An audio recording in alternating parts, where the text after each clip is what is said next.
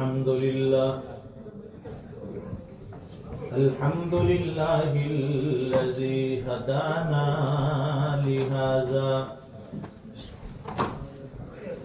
وما كنا لنهتدي لولا أن هدانا الله لقد جاءت رسل ربنا بالحق صلوات الله وسلام على سيدنا محمد المصطفى وعلى آله وأصحابه أجمعين أما بعد فأعوذ بالله من الشيطان الرجيم بسم الله الرحمن الرحيم الحمد لله رب العالمين الرحمن الرحيم مالك يوم الدين إياك نعبد وإياك نستعين اهدنا الصراط المستقيم صراط الذين أنعمت عليهم غير المغضوب عليهم ولا الضالين صدق اللہ العظیم. جمعہ کا مبارک دن بھی ہے، عظمت کے ساتھ درود پاک پڑھیں. اللهم صل على سيدنا ومولانا محمد وعلى آل سيدنا محمد وبارك وسلم. بزرگوں اور دینی بھائیوں،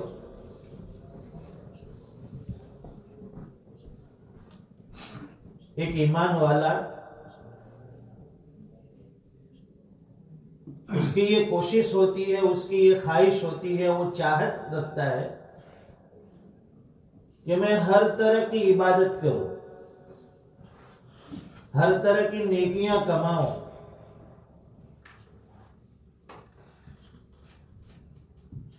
نیکیوں کے مختلف شعبے ہیں، اعمال صالحہ کرنے کے مختلف اللہ تعالیٰ نے طریقے بتائے. تو ایمان والا چاہتا ہے کہ میں ہر طرح کی نیکی میں حصہ لوں، اس لیے کہ ہر نیکی کا اللہ کے یہاں ایک الگ اجر ہے. جیسے کہ سبحان اللہ پڑھا تو اللہ تعالیٰ جنت میں ایک درخت لگا دیتے ہیں. الحمدللہ پڑھا تو ایک بنگلہ بن گیا اللہ کے یہاں. اللہ اکبر پڑھا اس پر اللہ تعالیٰ ایک اجر دینے والے ہیں. ہر نیکی پر الگ الگ اجر ملے گا. نماز ہوگی تو نماز کے اوپر الگ ریوارڈ. روزہ اللہ تعالیٰ صائمین کو، روزے داروں کو باب الریان سے جنت میں داخل فرمائیں گے. تو ہر ایمان والا چاہتے ہیں کہ میں الگ الگ طریقے سے نیکی کروں، نیکی کماؤں، تاکہ الگ الگ جنت کی نعمت ملے مجھے. جنت کی نعمت بے شمار ہوگی، ایک نعمت تو ہے نہیں. وہ تو انگلینڈ والوں نے سوچ کے رکھا ہے کہ بھائی کیا ہے، پیزا اور برگر، اس کے علاوہ کچھ نہیں. یہاں جا کر ہماری سوچ ختم ہو جاتی ہے. پیزا، برگر، اور بچوں کو پوچھو تو ڈونر. یہ تین چیزیں ایسی ہیں جس پر ہماری زندگی ختم. نعمتوں کا تصور یہی ہوتا ہے. بچوں سے پوچھے کہ بھائی آپ کی فیوریٹ چیز. میں تو اتنے 15 سال سے آتا ہوں یہاں، جہاں بھی گیا جس بچے کو بھی پوچھا بھائی آپ کی فیوریٹ چیز، تو کوئی بچہ کہتا ہے کہ فلاں پیزا، کوئی بچہ کہتا ہے کہ فلاں برگر، کوئی کہتا ہے کہ میرا فیوریٹ جو ہے 3 شیف کا ڈونر، کسی کا پیزا گوگو، کسی کا بگ پیلس. بس یہ تین چیزیں جس پر ہم نعمت کا تصور کرتے ہیں. اور بعض لوگ ہوتے ہیں جو تھوڑے مسالے اور ذائقے دار کھانے کے عادی ہیں، ہمارے بڑے بوڑھے، ان کی سوچ جا کر بریانی پر اٹک جاتی. بریانی چلو، تو اللہ تعالیٰ نے جنت میں بے شمار نعمتیں بنائی ہے، رکھی ہے ایمان والوں کے لیے. جیسے کہ دعوت کے اندر ہماری نظر ہوتی ہے ہماری پسندیدہ چیزوں پر. دسترخوان اگر سجا ہو، سامنے بھجیے کی پلیٹ رکھی ہو، پکوڑے بھجیے کی، اس پر نظر نہیں ٹکتی، وہ لیگ پیس کی طرح رکھا ہے. اپنی چاہت کی چیز، اپنی پسند کی چیز جہاں رکھی ہوگی، انسان کی نظر وہاں جا کے اٹک جاتی ہے کہ ہاں وہ میری پسند والی چیز ہے. اگر میرے پاس نہیں آئی تو کسی سے مانگ لوں گا. کوشش تو یہ ہو کہ میرے سامنے بھی آ جائے، نہیں آئے گی تو اس سے مانگ لوں گا. چلو، تو اللہ تعالیٰ نے جنت میں بھی بے شمار نعمتیں رکھی ہے. اللہ تعالیٰ نے نیکیوں کے طریقے اور نیکیوں والی عبادت بھی الگ الگ عطا فرمائی. بتایا نا کہ نماز پڑھنے سے یہ ملے گا، روزے رکھیں گے یہ ملے گا، زکوٰۃ ادا کرنے سے یہ ملے گا، حج کی عبادت سے یہ ملے گا، تلاوت قرآن سے فلاں چیز ملے گی. تو ایمان والے کا جذبہ ہے کہ میں ساری نیکیاں کروں، سب میں حصہ ہو. اور بہترین عبادت جو ہے نماز ہے. عبادتوں میں بہترین عبادت نماز.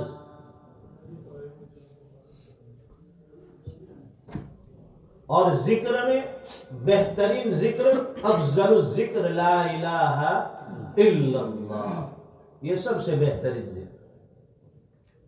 اور دعا میں فرمائے کہ بہترین دعا سورۃ الفاتحہ. دیکھو کتنی پیاری چیز ہے سورہ فاتحہ. یہ اللہ تعالیٰ نے ایک دعا والی سورت رکھی ہے، اس لیے اس کا نام سورۃ الدعا بھی ہے. بیمار ہو جاتا ہے آدمی، میڈیسن لینا چاہیے، دوا بھی لینی چاہیے بیماری کے اوپر. بتائیں نا کہ بھائی ہمارے بڑے بوڑھے کہتے ہیں کہ جہاں ندی ہوتی ہے وہاں اس کا اوارا یعنی اس کا ٹھہرنے کی جگہ، اس کا اینڈ بھی ہوتا ہے. تو بیماری کے ساتھ اللہ تعالیٰ نے علاج رکھا ہے، شفا رکھی ہے دوائیوں میں، وہ بھی لینا چاہیے. اور اپنے مریضوں کے اوپر فرمایا کہ یہ سورہ فاتحہ پڑھ کر اس کو دم کیا کرو اپنے بیماروں پر، اس سے بہت جلدی شفا مل جاتی ہے. ایک روایت میں ایک صحابی کے بارے میں آتا ہے، کسی کو سانپ نے ڈنک مارا، سانپ نے کاٹ لیا، زہریلا سانپ تھا. وہ ایڈوانس دور تو تھا نہیں کہ چلو بھائی اسپتال لے جاؤ، وہاں اینٹی وینم دو، فلاں ڈوز دو تو اس سے اچھا ہو جائے گا. سادگی والا زمانہ، جڑی بوٹی والا زمانہ وہ تو ایک صحابی، ان کو پتا چلا کہ فلاں کو سانپ نے کاٹا ہے، انہوں نے سورہ فاتحہ پڑھ کر اس پر دم کر دیا تو سانپ کا زہر اتر گیا. اس لیے اس کا نام سورۃ الشفا بھی ہے. سورۃ الشفا یعنی شفا والی سورت. بتایا اس سے پہلے بھی میں نے آگے بتایا رمضان میں کہ امریکہ میں ایک اسپتال ہے مینٹل لوگوں کی، وہاں روزانہ صبح میں وہ ٹیپ ریکارڈنگ کے اندر یہ سورہ فاتحہ چلائی جاتی ہے، پوری اسپتال میں اس کی آواز آتی ہے. سب مریض جتنے بیمار ہیں دماغی طور پر، جتنے پاگل لوگ ہیں، سب سنتے ہیں. پوچھا گیا کہ اس سے کیا فائدہ؟ تو کہا کہ ان کو ذہنی اعتبار سے بہت سکون ملتا ہے جب یہ ہم لوگ بجاتے ہیں اس کو، اس کی آواز سے سارے بیماروں کو بہت سکون ملتا ہے. تو اللہ تعالیٰ نے یہ سورہ فاتحہ ہمیں عطا فرمائی. کتنی پیاری سورت ہے. چھوٹا بچہ ہو یا بڑی عمر کا ہو، سب کو یہ سورت یاد ہوتی ہے سورہ فاتحہ. کیوں؟ اس لیے کہ روزانہ نمازوں میں پڑھی جانے والی سورت، نماز کی ہر رکعت میں پڑھی جانے والی سورت سورہ فاتحہ. ہم لوگ روزانہ اس کو پڑھتے ہیں. اب اس کے دو حصے ہیں. قسمت الصلاۃ بینی و بین عبدی، اللہ فرماتے ہیں کہ میں نے سورہ فاتحہ کو میرے اور بندے کے درمیان تقسیم کر دیا. آدھی آدھی آدھی اللہ سے تعلق رکھتی ہے، اللہ کی حمد و ثنا پر تعلق رکھتی ہے، اور آدھی جو ہے بندے کی ضرورتوں پر اور دعاؤں پر تعلق رکھتی ہے۔ پہلی ابتدائی 3 آیت میں اللہ تعالیٰ کی تعریفات کے کلمات، اور آخری 3 آیت میں بندے کی ضرورتیں، اللہ سے دعائیں، اور بیچ کی ایک آیت جو ہے اس میں آدھا حصہ اللہ کی تعریفات پر مشتمل ہے اور ایک حصہ بندے کے لیے دعا پر مشتمل ہے۔ تو نماز کی ہر صورت میں اسے پڑھنا ضروری ہوتا ہے کہ بھئی سورہ فاتحہ پڑھی جائے، پھر بعد میں کوئی صورت ملائی جائے۔ اگر سورہ فاتحہ نہیں پڑھی، چھوڑ دی، پہلی رکعت میں ایسے شروع کر دیا چلو اللہ اکبر اور سیدھا تبت یدا قل هو اللہ پڑھ لیا، رکوع کر لیا، سجدہ کر لیا، تو فرماتے ہیں نماز ہوئی کہ نہیں؟ تو سورہ فاتحہ کا پڑھنا نماز میں واجب ہے، اور اگر کوئی واجب ہم نے چھوڑ دیا تو واجب کے چھوڑنے سے سجدہ سہو آتا ہے، سجدہ سہو کر لیں گے تو نماز ہو جائے گی، لیکن جان بوجھ کر نہیں چھوڑنا چاہیے، کبھی غلطی ہو جائے۔ تو پہلی آیت سورہ فاتحہ کی، یہ سورت کہاں نازل ہوئی؟ مکہ میں۔ یہ مکمل سورت قرآن کریم کی پہلی ایسی ہے جو پوری نازل ہوئی، سب سے پہلی پوری سورت جو نازل ہوئی وہ سورہ فاتحہ ہے۔ پہلی آیت میں اللہ فرماتے ہیں الحمدللہ رب العالمین، تمام تعریفیں اس اللہ کے لیے ہے جو تمام جہانوں کا رب ہے، پالنہار ہے۔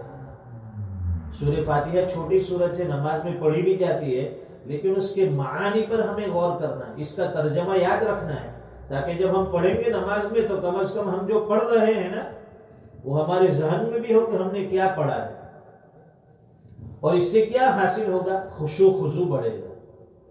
جب معلوم نہیں ہوتا ہے آدمی کو ترجمہ مطلب، تو ایسے پڑھ لیا تو ابھی نماز تو ہو گئی، لیکن جب پڑھا الحمدللہ رب العالمین، تمام تعریفیں اس اللہ کے لیے ہے جو عالمین کا رب ہے، اب یہ ترجمہ سمجھ میں آ گیا کہ اس میں اللہ کی تعریف ہے۔ تعریف، تمام تعریف کس کے لیے ہے؟ اللہ کے لیے۔ وہ کون؟ اللہ کون ہے؟ جو تمام جہانوں کا رب ہے۔ رب کا مطلب پالنے والا، پرورش کرنے والا، جسے پروردگار کہتے ہیں۔ تو الحمدللہ رب العالمین، اس میں حمد کا لفظ ہے، الحمدللہ، تمام تعریف، یعنی دنیا میں جتنی بھی تعریفیں ہو سکتی ہے وہ ساری کی ساری تعریفیں اللہ ہی کے لیے سزاوار ہے، لائق ہے۔ جہاں کہیں کسی کی تعریف ہوگی، مثال کے طور پر کسی بڑے انجینئر صاحب کی تعریف ہو گئی، کسی بڑے ایڈوکیٹ وکیل کی تعریف ہو گئی، کسی بڑے سرجن ڈاکٹر کی تعریف ہو گئی، کسی بڑے عالم مفتی کی تعریف ہو گئی، کسی شیخ الحدیث کی تعریف ہو گئی، سائنس دانوں کی تعریف ہو گئی کہ بھائی دنیا میں سائنس دانوں نے یہ چیز ایجاد کی۔ پہلے ہوائی جہاز کا تصور نہیں تھا، اتنی تیز رفتار سواری ہو سکتی ہے اس کا تصور نہیں تھا۔ سائنس دانوں نے دماغ لگا کر اس کو ایجاد کیا، اور اس میں بھی قرآن کی مدد لی۔ ایسے کوئی سائنس ترقی نہیں کرتی ہے، سائنس جب بھی دنیا میں کسی چیز میں ترقی کرتی ہے پہلے ان کے سامنے قرآن کریم کا ترجمہ، اس کی تفسیر ہوتی ہے کہ قرآن میں یہ چیز کہاں لکھی ہے اور اس کا کیا مطلب۔ تو حضرت سلیمان علیہ السلام کے تخت کو انہوں نے سامنے رکھا، وہ تخت بے جان تھا، اس میں تو کوئی جان نہیں تھی، بے جان تخت تھا، اور اس کے اوپر سینکڑوں لوگ بیٹھتے تھے، یہاں تک کہ دوسرے جانور وغیرہ بھی پورا، بلکہ باقاعدہ جیسے بادشاہوں کا تخت اس پر لگتا ہے، دربار سجایا جاتا ہے، اس طرح پورا دربار سجایا جاتا تھا تخت کے اوپر۔ تو وہ بے جان ہے اور کئی ٹن اس کا وزن بھی ہوگا۔ حضرت سلیمان علیہ السلام جب ہوا کو حکم دیتے تب وہ اڑتا تھا، اس کے فلائی کرنے کے لیے پنکھ بھی نہیں تھے، کہ چلو بھائی پنکھ ہوگا تو وہ اڑے گا، پرندہ اس کے پنکھ کی وجہ سے اڑتا ہے، یہاں تو اس کے پنکھ بھی نہیں ہے، وہ تو جیسا بھی ہوگا اس کا تخت وہ بے جان چیز ہے، اندر میں کوئی مشینری بھی لگی نہیں ہے۔ ہوائی جہاز میں مشینری فٹ کی جاتی ہے، اس میں کوئی مشینری نہیں، اور وہ تخت ہوا میں اڑتا ہے۔ غدوها شہر ورواحها شہر، اس کی صبح کی ایک منزل ہوتی تھی اور شام کی ایک منزل ہوتی تھی، وہ تخت لے کر چلتا تھا صبح سے دور دراز تک، اور پھر وہاں سے اڑ کر شام کو دوسری منزل تک لاتا تھا۔ جیسے کہ ہم لوگ 8-10 گھنٹے میں انڈیا پاکستان پہنچ جاتے ہیں یہاں پر ڈائریکٹ فلائٹ ہو گئے، تو اس طرح سے وہ بھی فلائٹ کا کام دیتا تھا، سب کو لے کر اڑتا تھا وہ۔ اب یہ تعریف ہو رہی ہے ہوائی جہاز بنانے والے کی، ریل گاڑی بنانے والے کی، اچھی اچھی موٹر کار بنانے والوں کی تعریف ہوتی ہے کہ بھئی کیا دماغ لگایا ہے، اس میں کیا کیا چیزیں فٹ کی گئی ہے۔ تو حقیقت میں ان ساری چیزوں کے پیچھے اگر غور کیا جائے تو تعریف کس کی ہو رہی ہے؟ اللہ کی ذات کی تعریف ہو رہی ہے۔ انجینئر صاحب کو کس نے بنایا؟ اللہ نے۔ ڈاکٹر صاحب کو کس نے بنایا؟ اللہ نے۔ وکیل کو کس نے بنایا؟ اللہ نے۔ پھر یہ دماغ اللہ نے کس نے دیا؟ دماغ ہوائی جہاز بنانے کا دماغ کس نے دیا؟ ریل گاڑی بنانے کا جو ذہن میں نقشہ ہے وہ کس نے دیا؟ ساری چیزیں اللہ نے۔ چلو مان لو کہ یہ ساری چیزیں انسان کی بنائی ہوئی ہے، ایک مرتبہ ایسا مان لو، حالانکہ اللہ کی دین کے بغیر اور اللہ کے دیے ہوئے علم کے بغیر کوئی چیز ممکن نہیں ہے، لیکن ایک مرتبہ مان لو ایگزامپل فور ایگزامپل کہ بھائی یہ انسان نے بنا دی یہ چیز، تب اس سے بڑا سوال ہوتا ہے پھر انسان کو کس نے بنایا؟ تو وہاں جا کر بات اٹکتی ہے کہ بھائی انسان کو اللہ نے بنایا۔ تو حقیقت میں سب چیزوں کی تعریف اگر اس کو پسے پردہ دیکھا جائے تو اللہ کی تعریف ہو رہی ہے، اللہ تعالیٰ کی تعریفات ہو رہی ہے۔ الحمدللہ رب العالمین، تمام تعریفیں اس اللہ کے لیے ہے جو عالمین کا رب ہے، دنیا جہاں والوں کا رب ہے۔ یہاں رب العالمین، عالمین کا لفظ ہے، رب العالم نے کہا کہ عالم کا رب یعنی دنیا کا رب ہے، رب العالمین، جتنے بھی عالم ہو سکتے ہیں، جتنے بھی جہاں ہو سکتے ہیں۔ حضرت ابو سعید کی روایت میں ہے کہ عالم کتنے ہیں؟ ہمارے سامنے تو ایک ہی ہے، بھئی یہ زمین ہے، یہ آسمان ہے، آسمان کے اوپر کی چیز، آسمان کے نیچے یہ ہماری دنیا، اس کے نیچے زمین اور جو بھی پانی ہوگا وہ دنیا۔ حضرت ابو سعید فرماتے ہیں کہ عالم کتنے ہیں؟ تو فرمائے کہ 40,000 عالم ہیں۔ ہم تو ایک عالم میں گھوم کے تھک جاتے تھے۔ اور حضرت مقاتل جو امام تفسیر ہے وہ فرماتے ہیں کہ 80,000 عالم ہیں۔ تو ترجمہ یہ ہوگا کہ بھائی 80,000 عالم کا پروردگار کون ہے؟ اللہ۔ وہی سب کو پالنے والا ہے، وہی سب کو روزی دینے والا ہے، زندگی دینے والا ہے، موت دینے والا ہے۔ اس لیے فرمایا عالمین، ہمارا اس پر ایمان ہے جتنے بھی عالم ہوں، جیسے کہ صفت ایمان مفصل کے اندر پڑھایا جاتا ہے کہ اللہ کی جتنی بھی کتابیں ہیں نازل ہوئی سب پر ہمارا ایمان، جتنے بھی رسول دنیا میں آئے ہمیں معلوم نہیں سب پر ہمارا ایمان، جتنی کتابیں، جتنے رسول، جتنے فرشتے سب پر ہمارا ایمان۔ تو اسی طرح سے جتنے بھی عالم ہوں گے ان سارے عالم پر ہمارا ایمان ہے کہ ان سب کا پالنے والا ایک اللہ ہے۔ روزانہ ایک ایک آیت کی تفسیر کریں گے تو 7 دن چاہیے، اور رمضان تو 2 دن میں ختم ہو رہا ہے، اس لیے بہت ڈیپ میں جانے کی ضرورت نہیں ہے۔ ہمارا مقصد یہ ہے کہ بھائی سورہ فاتحہ کے کچھ الفاظ صحیح ہو جائے اور اس کا ترجمہ ہمیں صحیح طریقے سے آ جائے. تو پہلی آیت کا ترجمہ روزانہ ایک آیت کا ترجمہ بھی آپ سیکھیں گے تو 7 دن میں سیکھ جائیں گے. الحمدللہ رب العالمین، تمام تعریفیں اللہ ہی کے لیے ہے جو عالمین کا رب ہے، عالمین کا پروردگار ہے. چلو اب یہیں سے پھر آگے ترجمہ. الرحمن الرحیم، جو بڑا مہربان اور نہایت رحم کرنے والا ہے. بڑا مہربان، نہایت رحم کرنے والا. اللہ کی ذات سے بڑا کوئی مہربان ہو سکتا ہے؟ کوئی نہیں ہو سکتا. اور اللہ سے بڑھ کر کوئی رحم کرنے والا ہو سکتا ہے؟ نہیں. اس لیے فرمائے کہ 70 ماں، ایک ماں جو ہوتی ہے وہ اپنے بچے سے کتنی محبت کرتی ہے. وہ اپنی جان دے دے گی لیکن اپنے بچے کو خراش تک نہیں آنے دے گی، ایک خروش بھی نہیں آنے دے گی. ماں اپنے بچوں کے لیے، اپنی اولاد کے لیے ساری دنیا سے لڑ جاتی ہے. انڈیا میں ہمارے ایک پہچان والے ہیں، ان کے اوپر ایک مقدمہ لگا.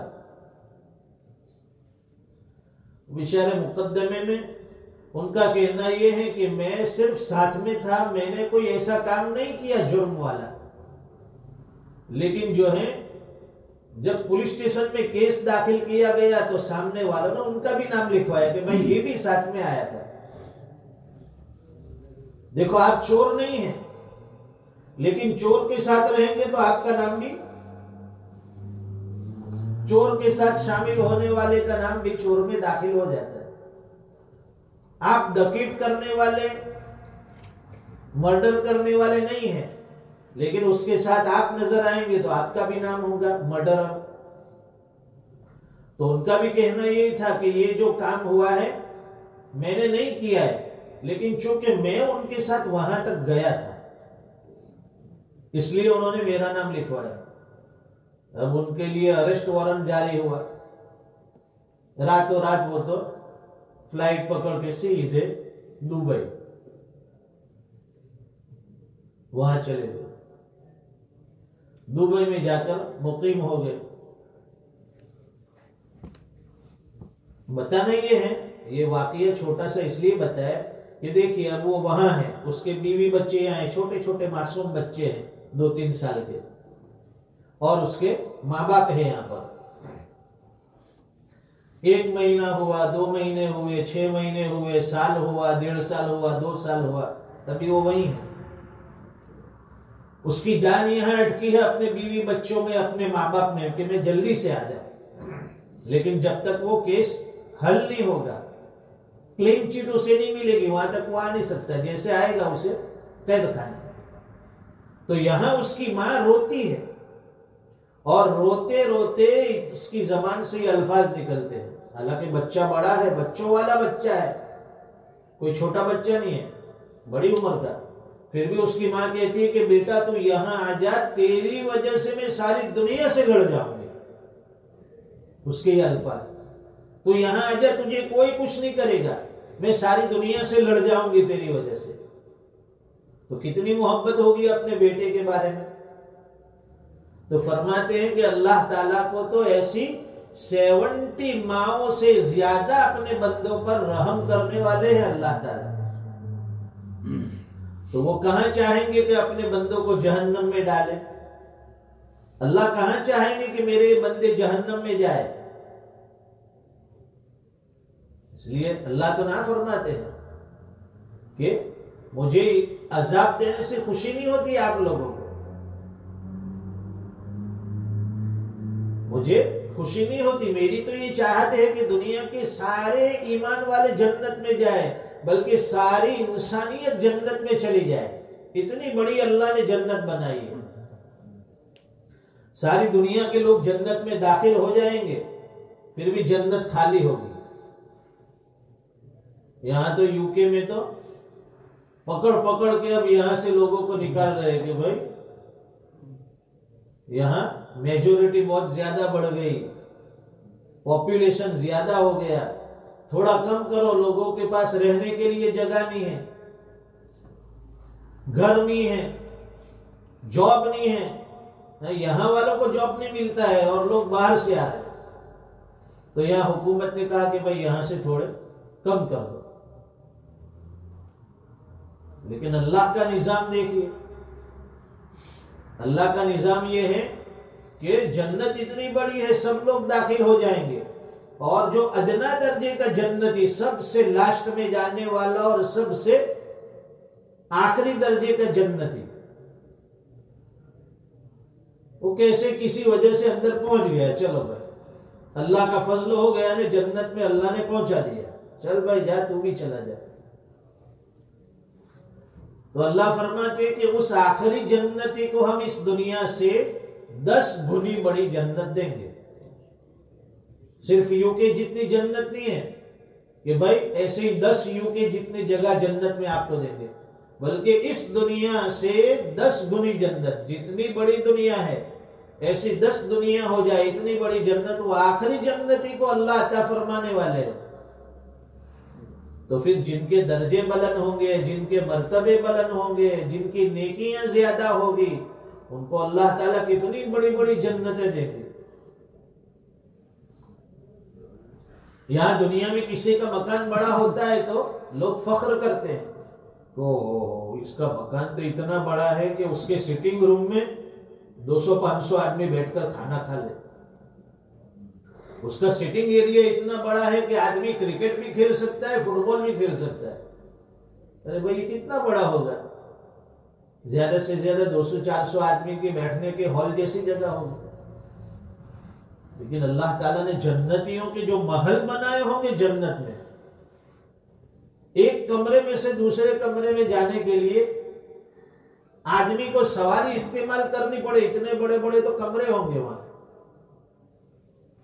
اتنی خوبصورت، اتنی پاکیزہ اللہ تعالیٰ نے جنت بنائی ہے۔ الرحمن الرحیم، جو بڑا مہربان، نہایت رحم کرنے والا ہے، بہت مہربان ہے اللہ تعالیٰ بندوں پر۔ اس لیے فرماتے ہیں کہ دنیا میں مرنے کے چانسز زیادہ ہے، پھر بھی آدمی جی رہا ہے، مطلب یہ ہے کہ اللہ کی مہربانی سے جی رہا ہے۔ اس چھت کے نیچے ہم لوگ بیٹھے ہیں، اب کوئی انجینئر گارنٹی سے، دعوے سے تو یہ نہیں کہے گا، وہ تخمیناً اندازے سے کہے گا کہ ہاں بھئی یہ آپ کی بلڈنگ جو ہے یہ اتنے سال تک ٹکی رہے گی، چلے گی۔ اب اس سے انجینئر سے پوچھو کہ اگر ارتھ کوئک آ گیا، دھرتیکم آ گیا تو ابھی یہ ٹکی رہے گی؟ نہیں، میں اس کی گارنٹی نہیں لیتا۔ میرا علم یہاں تک ختم کہ اگر کوئی حادثہ نہ ہو، ناگہانی آفتیں نہ آئے تو یہ اتنے سال تک ٹکے گی، اور اگر ارتھ کوئک ہو گیا، زلزلہ آ گیا تو یہ چند منٹوں کی چیز ہے، یہ کھلونے کی طرح بکھر کر ٹوٹ کر گر جائے گی۔ تو اس بلڈنگ کے نیچے ہم لوگ بیٹھے ہیں، ابھی یہ ٹوٹ کر گر سکتی ہے، تو ہے کہ نہیں، مرنے کے چانس زیادہ ہے۔ گاڑی میں جا رہے ہیں، اب گارنٹی ہے کہ ہم لوگ گاڑی کے اندر بیٹھے اور جس جگہ جانا ہے ہم 100% شیور ہے، یقین کے ساتھ کہہ سکتے ہیں کہ وہاں پہنچ جائیں گے۔ راستے میں کوئی حادثہ ہو گیا، ایکسیڈنٹ ہو گیا، ہم تو صحیح چلتے تھے، کسی اور نے آ کر ٹکر لگا دی، مرنے کے چانسز زیادہ۔ ریل گاڑی، روزانہ خبریں آتی ہے کہ اتنے ڈبے پٹری سے نیچے اتر گئے، اتنے لوگوں کی جان چلی گئی، اتنے لوگ زخمی ہو گئے، یہ سب مرنے کے اسباب ہے، پھر بھی آدمی جی رہا ہے۔ ہوائی جہاز کریش ہو گیا، کوئی گارنٹی نہیں ہے، ٹکٹ کے اوپر لکھا نہیں ہوتا ہے کہ آپ یہاں بیٹھو، آپ کو انڈیا پہنچا دیا جائے گا، آپ کو پاکستان صحیح سلامت 100% گارنٹی ہماری پہنچ جائیں گے۔ بھئی کریش ہو گیا، راستے میں مشین میں خرابی آ گئی، یا ہوا معتدل نہ رہی، اس کی ہم لوگ گارنٹی نہیں دیتے۔ تو اس میں بھی روزانہ ہم لوگ سنتے ہیں کہ فلاں جگہ یہ حادثہ ہوا، فلاں جگہ یہ حادثہ ہوا۔ دنیا میں جتنی بھی چیزیں ہیں، مرنے کے اسباب، مرنے کے چانسز زیادہ ہے، پھر بھی اللہ تعالی ہمیں زندگی دے رہے ہیں، ہمیں نواز رہے ہیں۔ تو الرحمن الرحیم، اللہ بڑے مہربان اور نہایت رحم کرنے والے ہیں۔ رحمان کا مطلب یہ ہے کہ اللہ تعالیٰ دنیا میں بھی رحم فرماتے ہیں اور آخرت میں بھی رحم فرمائیں گے۔ رحیم کا مطلب یہ ہے کہ اللہ بڑے رحیم ہیں، جو آخرت میں اپنے ایمان والے بندوں پر رحم فرمائیں گے، مغفرت کر دیں گے۔ دنیا میں بھی مہربان ہم پر، اگر مہربان نہ ہوتے تو اللہ فرماتے ہیں کہ اگر اس دنیا کی میرے نزدیک کوئی وقعت، کوئی قدر و قیمت ہوتی، کسی نافرمان کو، کسی کافر کو پانی کا ایک گھونٹ بھی عطا نہ کرتا۔ تو دنیا میں یہ غیر مسلموں پر، نان مسلم ہے جو ایمان والے نہیں ہیں، ان پر بھی اللہ کی عطا ہے، ان پر بھی اللہ کی مہربانی ہے، وہ بھی اللہ کی دنیا میں ہواؤں میں سانس لے رہے ہیں، جی رہے ہیں، اللہ کا دیا ہوا کھا رہے ہیں، اللہ کی دی ہوئی چیز استعمال کرتے ہیں، اللہ کے دیے ہوئے کپڑے پہنتے ہیں، اللہ کی زمین پر چلتے ہیں، اللہ کا دیا ہوا پانی پیتے ہیں، اللہ کی دی ہوئی فضاؤں میں وہ لوگ گھومتے پھرتے ہیں۔ معلوم یہ ہوا الرحمن الرحیم، اللہ تعالیٰ دنیا میں بھی بڑے مہربان ہیں اور آخرت میں بھی بڑے مہربان ہوں گے۔ بس اللہ تعالیٰ سمجھنے کی، عمل کرنے کی ہمیں توفیق عطا فرمائے۔ اللہ کی تعریفات کے کلمات بار بار ہمیں زبان سے کہنے والا بنائے۔ اللہ تعالیٰ اپنی حقیقی عظمت اور محبت ہمارے دلوں میں ڈال دے۔ محبت کی ضرورت ہے، جس بندے کے دل میں اللہ کی محبت آ گئی، اس بندے کے لیے دنیا کی ساری چیزیں بیکار، عبادت کرنا اس کے لیے آسان ہے۔ اللہ تعالیٰ کہی سنی باتوں پر عمل کی توفیق عطا فرمائے۔ وآخر دعوانا الحمدللہ رب العالمین۔ اللهم صل على سيدنا ومولانا محمد وبارك وسلم۔ ربنا آتنا في الدنيا حسنة وفي الآخرة حسنة وقنا عذاب النار۔ اے اللہ ہمارے گناہوں کو معاف فرما دے، خطاؤں سے درگزر فرما دے۔ پیارے اللہ، رمضان کا کتنا مبارک مہینہ آپ نے عطا فرمایا تھا، وہ دیکھتے دیکھتے گزر گیا۔ اے اللہ، یہ رمضان کا بالکل آخری حصہ جہاں پر ہم لوگ کھڑے ہیں، اے اللہ پورا رمضان غفلتوں میں گزر گیا، لاپرواہی میں گزر گیا۔ اے اللہ پورا رمضان ہم نے کچھ نہیں کیا، چاہت تو یہ تھی اتنی عبادتیں کریں گے، اتنی نمازیں پڑھیں گے، اتنی تلاوت کریں گے، لیکن پیارے اللہ ایک طرف ہم کمزور ہیں، دوسری طرف نفس اور شیطان بھی ساتھ میں لگے ہوئے ہیں۔ اے اللہ جو کرنا چاہے ہم نہیں کر سکے، جو ہو گیا قبول فرما لے، جو کمی کوتاہی رہی معاف فرما دے۔ اے الہ العالمین، ہمارے گھروں میں 100% دینداری عطا فرما، ہمارے بچوں کو، ہمارے اہل و عیال کو ہماری آنکھوں کی ٹھنڈک بنا، گھر میں 100% دین کے چرچے بلند فرما، ہماری اولاد کو صلاحیتوں والا بنا دے، قابل بنا دے۔ اے اللہ ان کی قسمت کو چمکا دے۔ بڑا پرفتن دور ہے، زہریلا ماحول ہے، پیارے اللہ ہر طرف گناہوں کے جال بچھے ہیں۔ اے اللہ گناہوں سے ہماری، ہمارے اہل و عیال کی، پوری امت کی حفاظت فرما، ہم سب کی مغفرت کے فیصلے فرما، ہم سب کو اپنی رضا کا پروانہ عطا فرما۔ اللہم انا نسألک رضاک والجنہ ونعوذ بک من النار۔ اے اللہ ہم آپ سے آپ کی جنت کا سوال کرتے ہیں اور آپ کے غضب اور آپ کی جہنم سے پناہ چاہتے ہیں۔ یہ آخری اشرا جہنم کی آگ سے پناہ اور چھٹکارے کا اشرا ہے۔ اے اللہ بے شمار لوگوں کو آپ نے جہنم سے بری کر دیا ہوگا، اے اللہ آپ ہمیں بھی براءت کا پروانہ عطا فرما دے، ہمارے والدین کو بھی پروانہ عطا فرما، ہمارے اہل و عیال کو بھی جہنم سے چھٹکارا دے دے۔ اے اللہ امت مسلمہ کو جہنم سے دور کر دے، اے اللہ جنت کا داخلہ نصیب فرما، اپنے فضل سے جنت الفردوس کا مستحق بنا۔ اے اللہ یہ ساری محنتیں اس لیے ہو رہی ہے کہ رب کی رضا مل جائے اور رب کی جنت ہمیں نصیب ہو جائے۔ اے اللہ جس کو یہ دو چیز مل گئی فقد فاز فوزا عظیما، اس کے لیے بڑی ہی کامیابی ہوگی کہ اس کا رب بھی اس سے راضی ہو گیا اور اس رب نے اسے اپنی جنت میں بھی داخل کر دیا۔ اے اللہ ہم آپ سے جنت کا سوال کرتے ہیں، عطا فرما دے، جہنم سے پناہ چاہتے ہیں، بچا لے، ہمارے والدین کو، ہمارے اہل و عیال کو بھی بچا لے، پوری امت کو بچا لے۔ اے اللہ جہنم بڑی گھناؤنی چیز ہوگی، بڑی گھناؤنی جگہ ہوگی، طرح طرح کے عذاب ہوں گے۔ اے اللہ ہم دنیا میں چھوٹے سے چھوٹے عذاب سہنے پر اے اللہ طاقت نہیں رکھتے. چھوٹی سی بیماری آ جائے ہم پریشان ہو جاتے ہیں, تھوڑی سی تکلیف آ جائے ہم پریشان ہو جاتے ہیں. جہنم میں تو طرح طرح کے عذاب ہوں گے, طرح طرح کے جانور ہوں گے, سانپ بچھو ہوں گے. اے اللہ ایسی جہنم سے ہماری حفاظت فرما, جنت کی نعمتوں کا مستحق بنا, زیادہ نیکیاں کرنے والا بنا, عبادت کرنے والا بنا, تیری راہ میں خرچ کرنے والا بنا. اے اللہ نمازوں کا آنا پڑھنا آسان فرما, تلاوت قرآن آسان فرما. ہماری ماں بہنوں نے بھی ہاتھ اٹھائے ہیں, ان کی بھی بڑی محنتیں ہیں, بڑی قربانیاں ہیں. وہ دن رات اپنے آرام کو چھوڑ کر اپنے اہل و عیال کو, اپنے بچوں کو, اپنے شوہر کو, اپنے گھر کے بڑے بوڑھوں کو آرام پہنچانے کے لیے اپنے آرام کو قربان کر دیتی ہے. وقت پر ہمیں کھلاتی ہے, پلاتی ہے, ہماری ضرورتوں کا خیال رکھتی ہے. اے اللہ ان ساری عورتوں کو جزائے خیر عطا فرما, ان ساری عورتوں کو دنیا آخرت کی بھلائیوں سے مالا مال فرما. اے اللہ گھروں میں چین سکون عطا فرما, ازدواجی زندگی میں برکتیں ڈال دے. گھر گھر میں جھگڑے گھسے ہوئے ہیں, خاندان خاندان میں جھگڑے گھسے ہوئے ہیں. اے اللہ سب کو آپس میں مل جل کر محبت کے ساتھ, اکرام کے ساتھ رہنے والا بنا. آپسی نفرتوں سے, آپسی عداوتوں سے ہم سب کی حفاظت فرما. اے اللہ آپ ہم سے راضی ہو جائیے, ہمیں اپنی رضا کا پروانہ عطا فرما دیجئے. اے اللہ ساری عبادتیں ہمارے لیے آسان فرما. اے اللہ بہت گناہ کیے ہیں, اے اللہ ہمیں اقرار ہیں.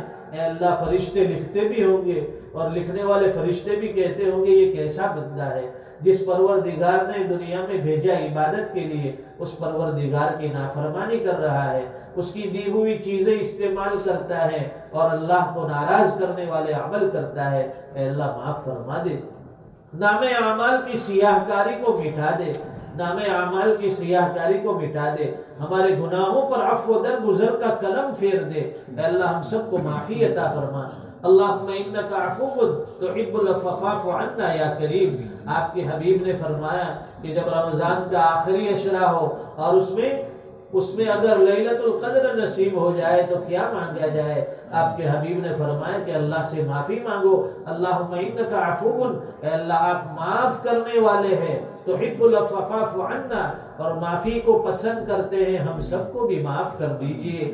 اے اللہ ہم اس امید پر آپ سے ہاتھ پھیلا رہے ہیں کہ آپ ہمارے رب ہیں, آپ ہمارے پروردگار ہیں, آپ ہمارے اللہ ہیں. ہم سب کو معاف فرما دیجئے, ہمارے اہل و عیال کو معاف فرما دیجئے, ہمارے والدین کو معاف فرما دیجئے, ہمارے مرحومین کو معاف فرما دیجئے. اے اللہ جو کچھ مانگا وہ عطا فرما دے. بہت کچھ مانگنا ہے لیکن ہمیں مانگنے کے آداب نہیں آتے. ہمارے پاس مانگنے والے وہ الفاظ اور کلمات نہیں ہیں جس سے آپ کو راضی کیا جائے, جس کے ذریعے آپ سے مانگا جائے. اے اللہ جو ٹوٹا پھوٹا مانگا محض اپنے فضل و کرم سے قبول فرما لے. ربنا تقبل منا انك انت السميع العليم وتب علينا انك انت التواب الرحيم. وصلى الله على النبي الكريم. آمين برحمتك يا رب.